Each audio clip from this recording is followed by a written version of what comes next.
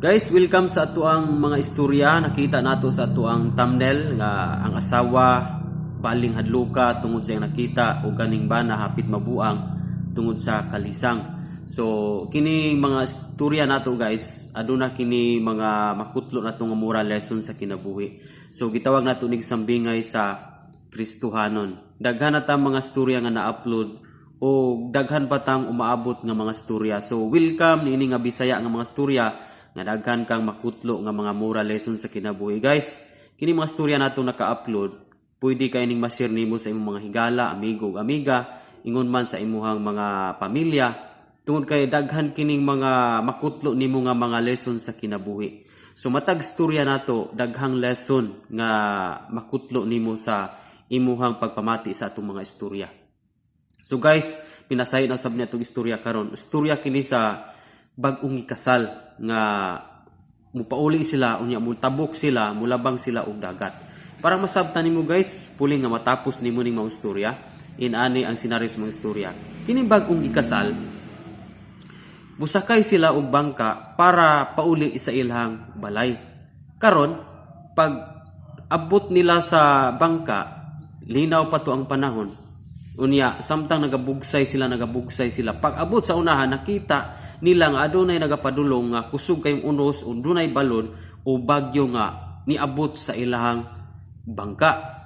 Baling lisang sa asawa, baling hadluka ug kining bana naalaan sa asawa nga hapit mabuang. Now, inani ang senaryo.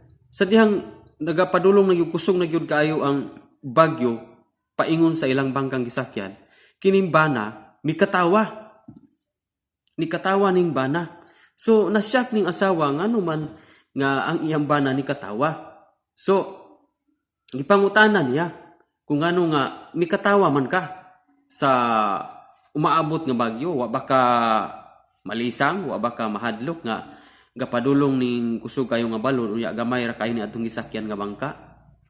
So padayon og katawa ang bana. Karon nihapak ang maong balod sa maong bangka. Pero wala na lunod ang maong bangka. So nipanayog katawa ang bana. So nagtuon ning asawa nga nalisuan sa pangisip ning bana. Unya pagkahuman kining maong bana kay naa siya dala nga espada. Giibot niya ning espada ug iyang gitandian ning liog sa asawa. So nakaingon ning asawa nga wa na nalisuan na gyud pangisip kay gitandian man ang iyang liog sa espada. So kining asawa nga gitandian mi katawa ni balos pud og katawa. So kining bana nasyak kay ngano nga ayang asawa ni balos pud og katawa sa diyang gitandian siya. So gipangutana ning asawa ngano mang ni katawa ka sa diyang gitandian ti ka og espada. So niyon ang asawa nga kabalo ko nga di guna nimo buhaton nako kay bag-o tang ikasal, bag-o tang minyo, imo kong gihigugma ug nasayod ko nga ikaw nagkontrol sa maong espada. So mao nga ni katawa ko kay di guna nimo mabuhat sa akong tungod kay gihigugma ko nimo. So niyon pud ang bana kaganina nangutana kanako kung anong ni katawa ko nga naay nagsingabot nga bagyo. Abi nimo maong ni katawa ko, susama sa akong gihimo nga gitandian ta kag espada. Unya ni katawa ka, yan usab niya na akong gibati. Nganuman, kay nasayod ko nga kitang duha palangga sa Ginoo. Bisan na ay bagyo nga moabot, pero tong hinumduman nga kita gihigugma ta sa Ginoo, gipalangga ta niya. So dili gyud na mahitabo nga pasagdaan ta niya. So muna akong gibati nga mikatawa ko. So buto nga nakalabang sila dito sa ilang paulian hangtod gyud nga naabot sila sa ilang panimalay. So guys, di nila tamukutob sa mga istorya nga sa atong kinabuhi adunay mga senaryo sa atong kinabuhi nga kinahanglan tang musalig sa Ginoo.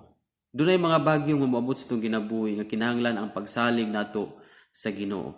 Dili tanan nga mga Kristohanon adunay dakong pagsalig sa Ginoo panahon nga adunay mga mapait nga sitwasyon nga mabot silang kinabuhi. But atong hinumduman nganong kinahanglan gid tang musalig sa Ginoo.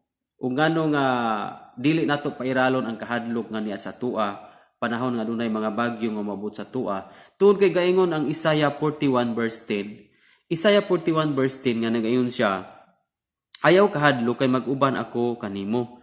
Ayaw ka balaka kay ako mao ang imong Dios. Lig-onon og tabangan ko ikaw, panalipdan og luwason.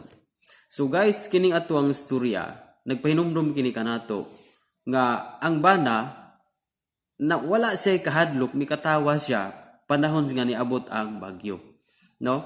Unya ang asawa pun sa diyang gitandian sa espada, mikatawa siya kay nakabalo siya nga iha kining bana o kining iyang bana nahigugma niya. So dili gyud to idayon sa iyang bana kay nahigugma man niya o ang bana mo nagkontrol sa espada. Kung imo usab sabton, kining giingon sa Isaiah 41 verse 10 nga niyon ang Dios nga ayaw kahadlok kay ako mag-uban kanimo. Ayaw ka balaka kay ako ang imong Dios. Tabangan ko ikaw, panalipdan og luwason. Sa tanang mga bagyo nga moabot tong kinabuhi, ang Dios magapanalipod kanato. Mao nang niyon siya sa Hebrews nga dili kita niya biyaan ug dili kita niya pasagdan, di ba? So gipasalig sa Ginoo nga dili kita niya biyaan ug dili kita niya pasagdan. Muna nga sa atong kinabuhi, musalig yun ta sa Ginoo. Nganong musalig ta sa Ginoo? Nganong kinahanglan tang musalig sa Ginoo panahon sa mga bagyo o mga pagsulay nga mabos ng kinabuhi. Tungod kay siya ang atuang panabang, siya ang atuang panalipod. O nagpasalig siya nga dili ta niya biyaan o dili ta niya pasagdan. Munang sa atong kinabuhi, kung maabot ang mga bagyo, mga problema sa imong kinabuhi, ayaw gyud wad ang imong pagsalig sa Ginoo. Kung bation man kag kahadlok, hinumdumi kining maong istorya nga nagpahinumdum ni kanato nga God is in control. Siya ang nagkontrol sa bagyo, siya ang nagkontrol sa tanan, no? Kayang pahunungon sa Ginoo ang tanan kay siya ang nagkontrol sa tanan. Gawas nga siya ang nagkontrol, siya pod nahigugma sa atong mga kinabuhi. Kita nga mga tao higugma ta sa Ginoo. Okay? So siya ang nagkontrol. Anong kinahanglan tang musalig sa Ginoo? Tungod kay siya ang nagkontrol sa tanan nga sitwasyon nga moabot sa itong kinabuhi. Siya ang nasayod kung anong gipaabot ni mga sitwasyon na sa imong kinabuhi.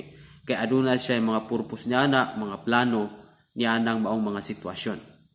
O gawas pa niya na, tungod siya ang dakong gugma diri kanato. Mao nang dunay gipaabot niya mga sitwasyon, tungod na siya ang gugma diri kanato. Siguro dili nimo masabtan kung unsa nga klase si gugma niya nga iyang ipasabot sa mga sitwasyon nga niabot nimo, pero ingon ti ka grabe ang buot pasabot sa Ginoo sa mga sitwasyon nga niabot nimo tungod na sa iyang dakong gugma diha nimo o tungod sa iyang pagpanalipod diha nimo. Dunay mga sitwasyon nga dili nimo masabtan nga panalipod di ay nga gihatag sa Ginoo sa imuha. Duna po yung mga sitwasyon nga pait kayong dawaton sa imong tuhanon, pero mao kini makagrow sa imong espirituhanon. That's why pag abot sa mga storms sa kinabuhi, mga struggles sa kinabuhi, dili pwedeng wad-on nimo ang imong pagsalig sa Ginoo. Dili pwedeng mawala ang imong paglaom tungod kay duna ka anang mapait nga sitwasyon. Kay wa ka kabalo nga kanang maong sitwasyon basing gipadala na aron ka malingkon. Diba? Matud pa sa Roma nga ang mga pagsulay dapat magkalipay kita. Kay ang mga pagsulay usa kini sa gamiton sa Ginoo nga para kita makalahutay. So daghan kayong mga senaryo, mga bersikulo nga gisigutan sa Bible nga dunay mga Bible karakter nga nangagi sila og storm sa kinabuhi. Nga din ang bagyo nga niabot sa ilaha mo gigamit sa Ginoo para malig-on sila o para makalahutay sila. So guys, din lang takutob sa ato ang storya karon. Puli nga napanalanginan ka sa ato ang story. And be sure guys nga imo ning ma-share sa imong mga amigo-amiga, especially sa mga Kristiyanon karon nga nangaluya panahon sa ilang mga problema, panahon sa mga sitwasyon nga niabot nila. So this story o this video pwede kayo ni maka-encourage sa mga tao nga adunay mga mapait nga kasinatian karon nga naagyan sa ilang kinabuhi. So kung bago pa kani nga channel guys o kung na-bless kani mga story, paki-comment lang sa atong comment section. And be sure guys nga naka-subscribe ka sa ato ang channel para updated ka o daghan pa kay mga story nga maabot nining mao nga channel. So guys, pwede po kamutan ang ani nga video, daghan po ka makutlo ni nga lesson. God bless and glory to God.